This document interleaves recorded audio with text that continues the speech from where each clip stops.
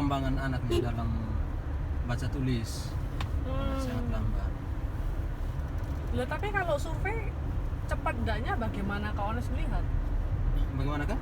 Bagaimana melihat oh ini perkembangannya cepat, perkembangannya lambat gitu. Ketika survei kan enggak tahu ya. Kita survei kan kita tes. Oh. Kita tes anak-anaknya. Oh. Kita bisa ambil sampelnya itu langsung kelas tinggi. Langsung ambil kelas 456. Kalau kelas 456 baca atau tulis hitungnya berat, otomatis kelas bawah pasti sudah. Iya. Pasti berat lagi. Lebih susah lagi. Jadi guru di sini kalau kita turun survei biasanya kita tanya soal kehadiran, mereka bilang semuanya rajin. Nah kita mulai pelan-pelan ngomong cerita, kami bukan dari pemerintah, kami tidak ada isu secara politik, kami murid dari yayasan hanya untuk membantu. Mereka mulai cerita sebenarnya. Yang hadir setiap hari hanya 2 orang, 1 orang, terus sekolah itu 2 bulan sekali. Mereka mulai jujur. Beda ya. Kita pakai pendekatan sudah ke keluarga gitu. Iya, kalau nggak gini nggak akan ngomong Iya, mereka. mereka tidak akan jujur. Mereka jaga nama juga. Pikirnya kalau kita dari pemerintah kan mereka akan ditegur. Mereka bilang kalau mulai kami cerita bahwa kami dari yayasan murni mau membantu anak-anak, tidak bawa isu agama, politik, tidak ada, itu baru mulai mereka jujur. Sampai mereka menangis cerita kesian anak-anak kami gini. Jauh-jauh. Apalagi kalau kita tanyanya ke orang tua, langsung ke orang tua anak. Oh itu mereka cerita habis-habisan. Anak kami pergi sekolah, gurunya tidak ada yang gurunya tidak sampai di sekolah, hanya sampai di rumah warga main judi. Jam siang pulang. Di data itu kayak kepala sekolahnya itu hanya di atas yang jalan turun jelek itu. Dulu yang kita buka pertama, kepala sekolahnya itu hanya sampai di jalan yang menurun itu yang jelek sekali. Ada salah satu rumah warga, dia kumpul semua warga main judi di situ. Kepala sekolah. Ya. Tapi sekarang sudah pensiun dan stroke. Kasihan juga. Orang berinding sini tempat yang kita foto tadi.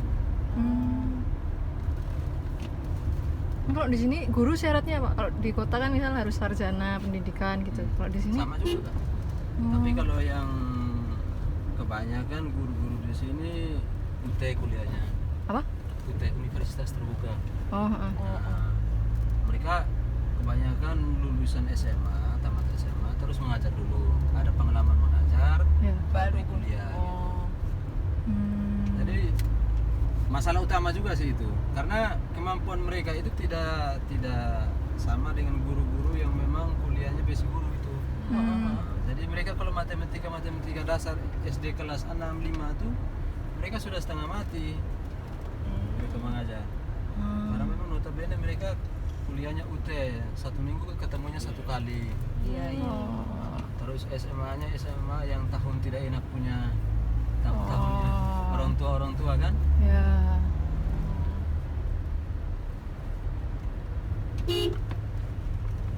Jadi kita memang tujuan utama berantas buta huruf.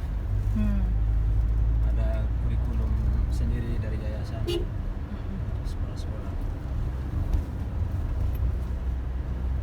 Tapi di seluruh Indonesia ini udah ada yang pernah didatengin, habis itu udah benar-benar ditinggal karena udah dirasa udah maju belum? Sudah ada banyak kak. Oh ya. Jadi di kota itu udah nggak ada lagi YTP.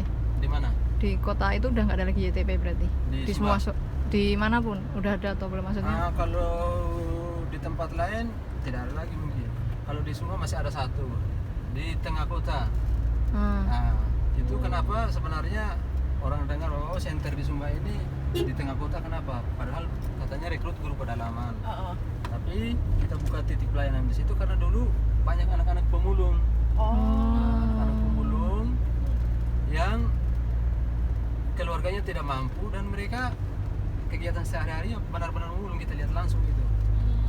Dan mereka jarang ke sekolah. Nah, kita mulai survei, kita bukan sembarang buka, kita survei dulu ke RT-nya, data benar, ini keluarga memang keluarga pemulung, anaknya berapa orang gitu. Nah, sekarang masih ada titik pelayanan di situ. Center center Kampung Baru namanya. Itu kayak anaknya yang kilo 2 itu yang orang tuanya ada benjol-benjol macam kusta itu. Jadi orang tua kan ada penyakit semacam kusta begitu, jadi tidak bisa kerja keras, kerja yang berat-berat. Jadi anaknya banyak, ada 8 orang. semuanya masuk anak bimbingan Tangan Pengharapan. Jadi dibantu, disupport.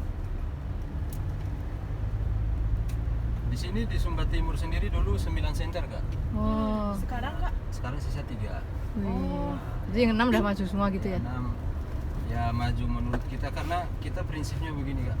Kalau menurut kita mereka sudah bisa untuk mandiri, kita lepas, karena masih banyak sekali di Indonesia ini sekolah-sekolah yang perlu kita bantu juga. Iya. Sekarang kita lebih fokus ke Papua. Oh. Karena Papua itu ada sekolah yang sudah tutup sampai 8 tahun karena gurunya tidak ada. 20 tahun ada guru-gurunya. Itu kesaksian warga pas guru-guru kita sampai di sana. Mereka cerita sendiri. Jadi guru-gurunya itu datang pas mau ujian akhir. Oh iya kendeng aja sampai dulu. Langsung diuji. Ujian akhir kelas 3 itu. Terus soal-soalnya guru-guru yang kerja semua gitu. Lah, Nah, supaya nama mereka tidak jelek gitu. Wow. Jadi Papua itu tertinggal kenapa? Karena itu salah satunya. Oh iya. Guru-gurunya tinggal di kota semua, terus jarang ke lokasi sekolah. Anak-anak dibiarkan hanya pas mau pencairan dana apa segala macam baru mereka turun. Habis itu kembali ke kota lagi. Wow. Itu banyak sekali kesaksian warga yang mereka sampaikan. Bahkan Ibu Heni sendiri, Pak Jojo suaminya langsung pergi ke sana. Itu sekolah yang sudah 8 tahun tutup. Di Papua sekarang berapa center? Oh, banyak, sekitar bisa mau sampai 20-an Kak. Wih. Mantap. Enggak ya. Hanya di daerah pegunungan yang kita belum masuk karena agak rawan. Kita di daerah-daerah apa namanya, yang pesisir. Nah itu yang kenyamanannya lebih terjamin. Untuk KKB itu kan dari pegunungan. Iya.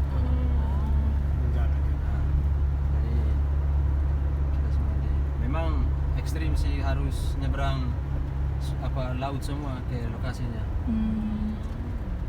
Guru-gurunya kebanyakan perempuan. Luar biasa. Karena juga kapal tenggelam, perahu motornya tenggelam, Mampus. tapi tidak apa-apa.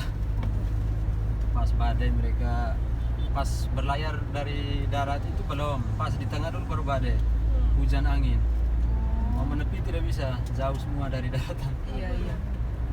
Mereka 4 orang, tapi selamat.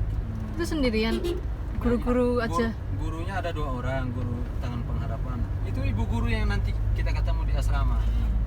Oh dia itu yang pernah tenggelam? Dia sudah pindah dari Papua 2-3 tahun, pindah Wow. ke Sumba di asrama sekarang. Wow. Wansi.